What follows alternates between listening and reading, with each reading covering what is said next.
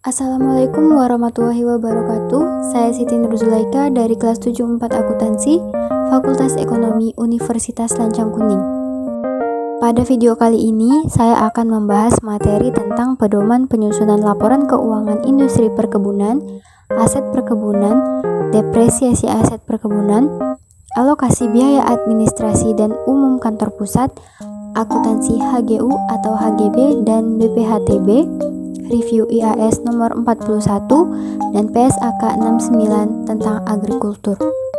Peraturan nomor 8G7, Keputusan Ketua Bapepam nomor 97-PM-1996 sebagaimana diubah terakhir melalui Keputusan nomor 6-PM-2000 tanggal 13 Maret 2000 tentang pedoman penyajian laporan keuangan. Pasal 1. Ketentuan mengenai pedoman akuntansi perusahaan efek diatur dalam Peraturan Nomor 8G17 sebagaimana dimuat dalam lampiran keputusan ini. Pasal 2. Ketentuan dalam peraturan ini berlaku untuk periode tahun buku yang dimulai pada atau setelah tanggal 1 Januari 2012. Pasal 3. Dalam rangka penyusunan laporan keuangan perusahaan efek sebagaimana dimaksud dalam pasal 2, maka ketentuan mengenal yang A.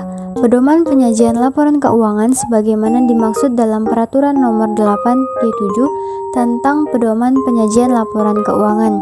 Lampiran Keputusan Ketua Bapepam Nomor 6-PM-2000 tanggal 13 Maret 2000 tentang perubahan Peraturan Nomor 8G7 tentang pedoman penyajian laporan keuangan sebagaimana terakhir diubah dengan Keputusan Ketua Bapepam dan LK nomor 554-BL-2010 tanggal 30 Desember tahun 2010 dan tanggung jawab direksi atas laporan keuangan sebagaimana dimaksud dalam Peraturan Nomor 8G11 tentang tanggung jawab direksi atas laporan keuangan. Lampiran Keputusan Ketua Bapepam Nomor 40-PM-2003 tanggal 22 Desember 2003 dinyatakan tidak berlaku bagi perusahaan efek yang merupakan emiten atau perusahaan publik.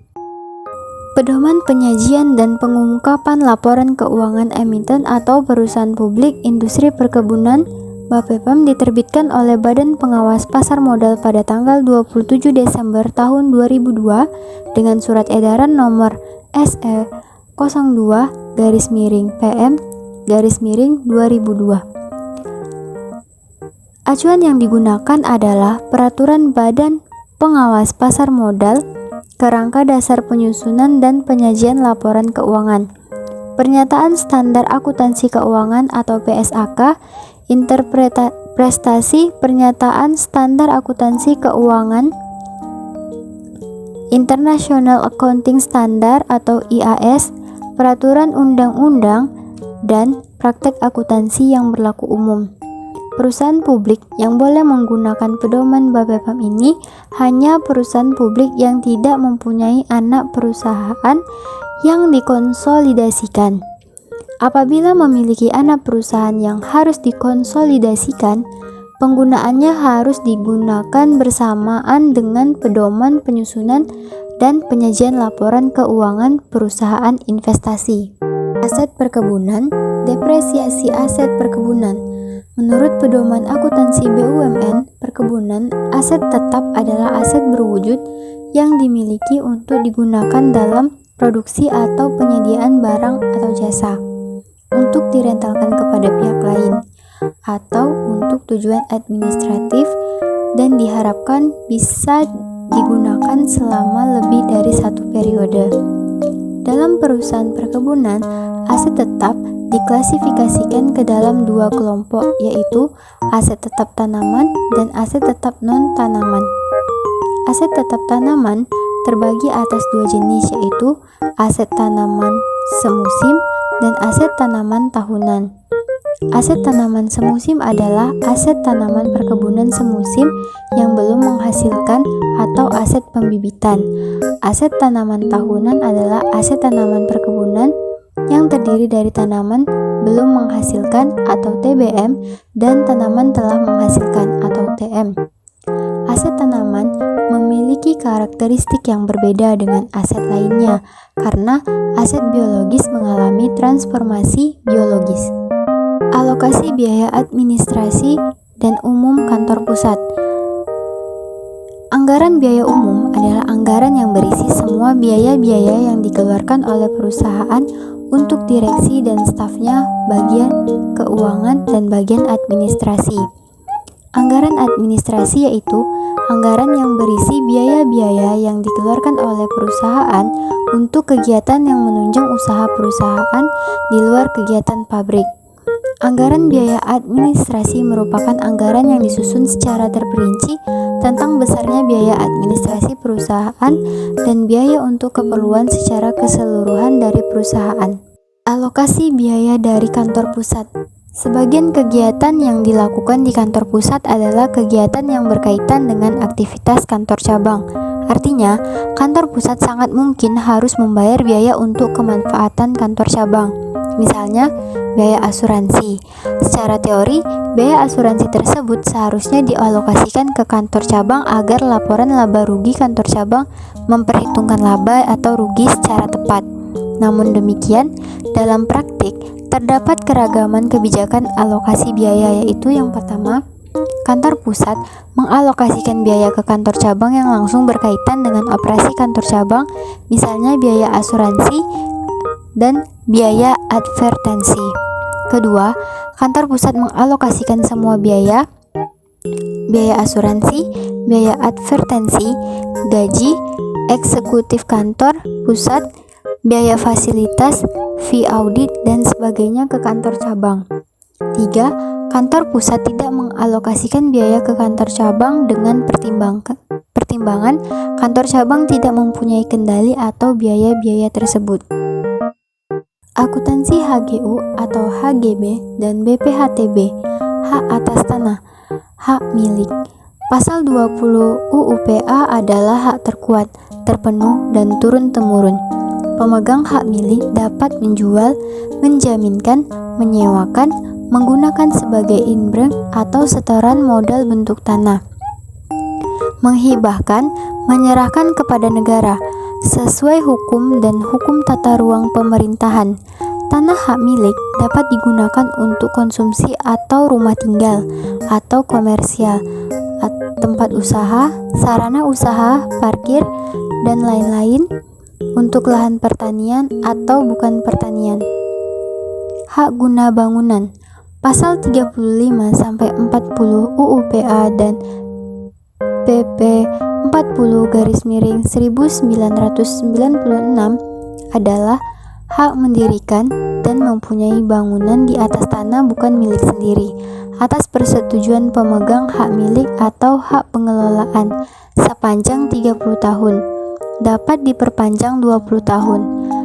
HGB berdasar Akta PPAT untuk tanah bukan negara atau surat keputusan pemberian hak atau SKPH pejabat berwenang untuk tanah negara, lalu didaftar pada kantor pertanahan untuk memperoleh sertifikat hak guna bangunan dan buku tanah hak guna bangunan. Pemilik hak guna bangunan menggunakan bangunan atau menjual bangunan seizin pemegang hak milik atas tanah sesuai pasal 34 ayat 8 PP 40-1996. Hak guna usaha diatur pasal 28-34 UUPA adalah hak mengusahakan tanah yang dikuasai negara untuk 25-35 tahun, dapat diperpanjang 25 tahun untuk usaha pertanian atau perkebunan, perikanan, dan peternakan. Di dalamnya termasuk izin mendirikan bangunan. BPHTB merujuk pasal 1 angka 41 Undang-Undang 28/2009 bea perolehan hak atas tanah dan bangunan atau BPHTB adalah pajak atas perolehan hak atas tanah dan bangunan. Perolehan hak ini adalah perbuatan atau peristiwa hukum yang mengakibatkan diperolehnya hak atas tanah atau bangunan. Adapun yang dimaksud dengan hak atas tanah dan bangunan adalah hak atas tanah termasuk hak pengelolaan beserta bangunan di atasnya. BPHTB merupakan jenis pajak kabupaten atau kota yang baru diterapkan berdasarkan Undang-Undang Nomor 28/2009. Review IAS Nomor 41.